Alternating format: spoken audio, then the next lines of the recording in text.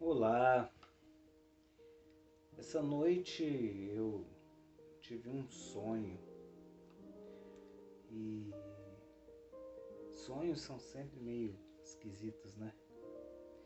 E eu sonhei que eu estava numa igreja, numa reunião, num culto, né?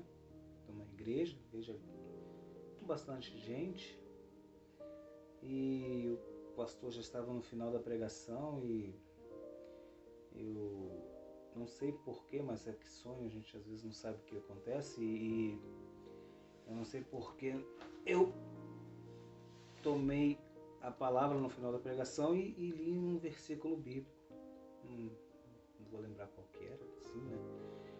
E fiz um comentário sobre como deveríamos ser como cristão, ou como cristãos, né?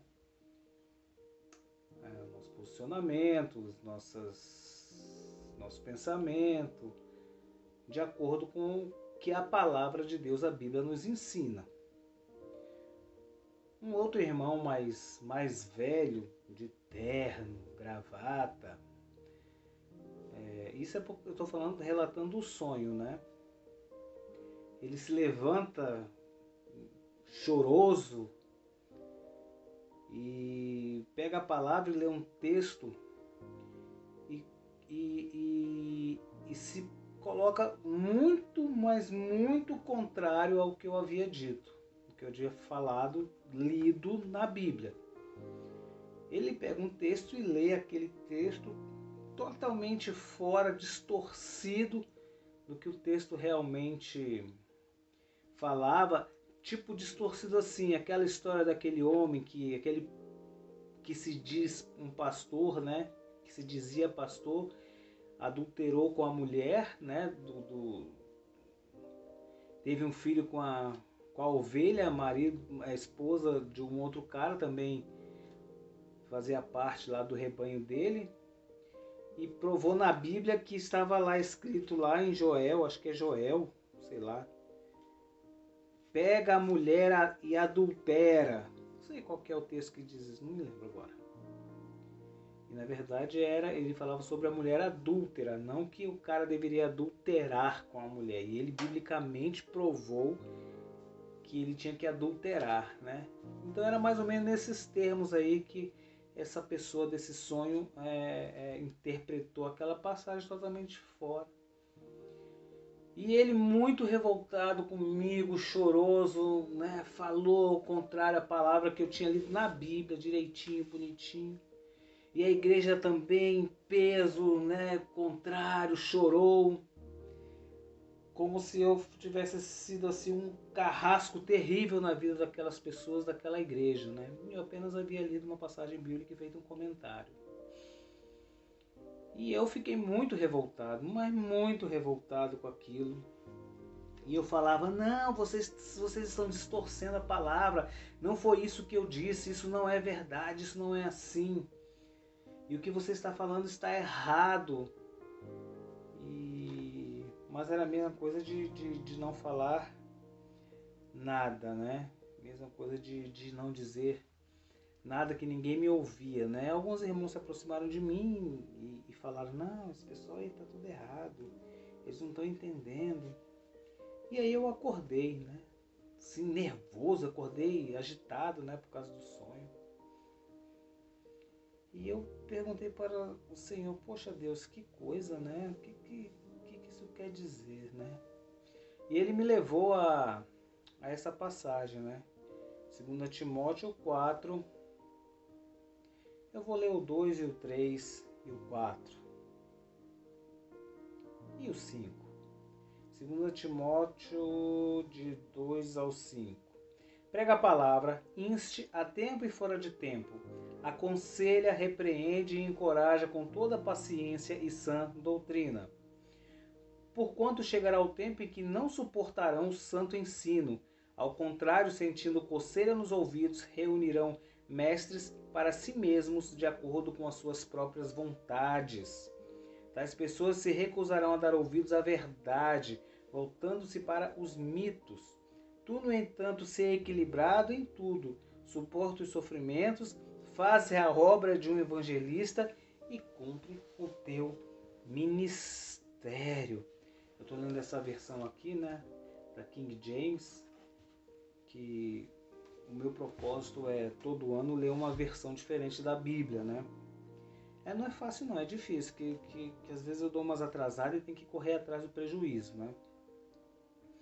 Mas é legal você conhecer a Bíblia, ler a Bíblia, né? Então, todo ano eu estou lendo uma versão diferente. Esse ano eu peguei o King James, vamos ver se eu consigo terminar até o final do ano ou antes, né, de preferência. Mas essa é a grande verdade dos dias de hoje. A sã doutrina está sendo insuportável para muitos que estão dentro da igreja. E eles buscam para si pessoas que falem somente aquilo que lhes agrada, aquilo que é bom para eles, aquilo que não conflita os seus interesses e nem as suas vidas. É muito complicado. Outro dia eu estava ouvindo uma pregação da pessoa falando que nós estamos no reino de Deus, e quando nós estamos no reino de Deus, porque Jesus veio e trouxe o reino de Deus até nós, nós não passamos por problemas, nós não passamos por aflições, nós não passamos por dificuldades. E é que Paulo está dizendo, né? Tu, no entanto, ser equilibrado em tudo, suporta os sofrimentos, faz a obra de um evangelista e cumpre o teu ministério. Suporte os sofrimentos. Se nós estamos no reino de Deus, que sofrimento é esse? É o sofrimento da igreja, gente, é o sofrimento dos santos. Claro que nós vamos passar por aflições, claro que nós vamos passar por turbulências. A nossa vitória está garantida em Cristo Jesus e nós vamos receber o nosso galardão lá no céu. Mas enquanto estivermos aqui nesta terra, nós temos que observar a sã doutrina, nós temos que observar a palavra de Deus como ela é. Nós temos que o nosso pecado como cristão, ele tem que nos incomodar. Nós não podemos viver num mar, nós não conseguimos, na verdade, nós nem podemos. É como cristãos, nós não conseguimos viver num mar de rosas sem espinhos, num mar de pétalas de rosas. Nós não conseguimos, porque para o cristão há perseguição, para o cristão há sempre o inimigo, aquele que é o adversário, o diabo que está o tempo inteiro ao derredor, bramando, rugindo como leão, buscando a quem tragar. E quem é que ele busca tragar? Nós, os santos, os salvos, os crentes em Jesus Cristo. Então, meu irmão, meu amado, meu amigo, busque a Deus, mas entenda que nem sempre tudo vai ser tão gostoso, tão bom.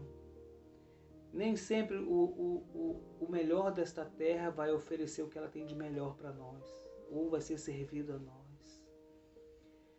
O que nos é servido é um cálice que foi destinado a cada um de nós, como cristãos, como crentes, e que nós possamos deixar as falsas doutrinas, os falsos mestres. A palavra de Deus fala como no passado os falsos profetas estavam no meio dos judeus. Hoje os falsos mestres estariam no nosso meio e eles falam coisas que agradam e as pessoas buscam essas coisas. Busca a Deus enquanto se pode achar, enquanto é dia, porque a noite vem e que ninguém mais poderá fazer mais nada.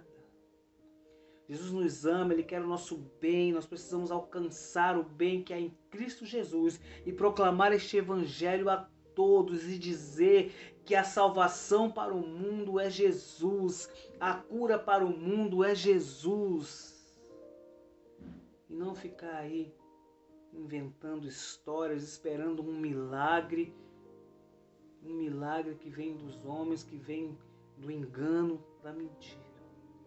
A palavra de Deus, os ensinos de Jesus, ele nos confronta por causa do nosso pecado. E nós temos que estar atentos para que o nosso eu, o nosso ego, ele não venha a nos levar a sermos enganados por estes falsos mestres. Hoje em dia na internet é muito fácil. Com a internet é muito fácil você encontrar um monte de coisa que agrade os seus ouvidos. Mas nem tudo é verdade. Nem tudo é a palavra de Deus. No meu sonho, eu fiquei muito revoltado, porque distorceram totalmente o que eu havia falado e distorceram principalmente a palavra de Deus. Fique atento, para que quando você ouvir alguma coisa que lhe agrade muito os ouvidos, busque na palavra. Que lhe agrade a alma, que lhe agrade a alma, que lhe agrade a carne, busque na palavra. Porque se o teu pecado encontra consolo, alguma coisa está errada. Que Deus nos abençoe em nome de Jesus.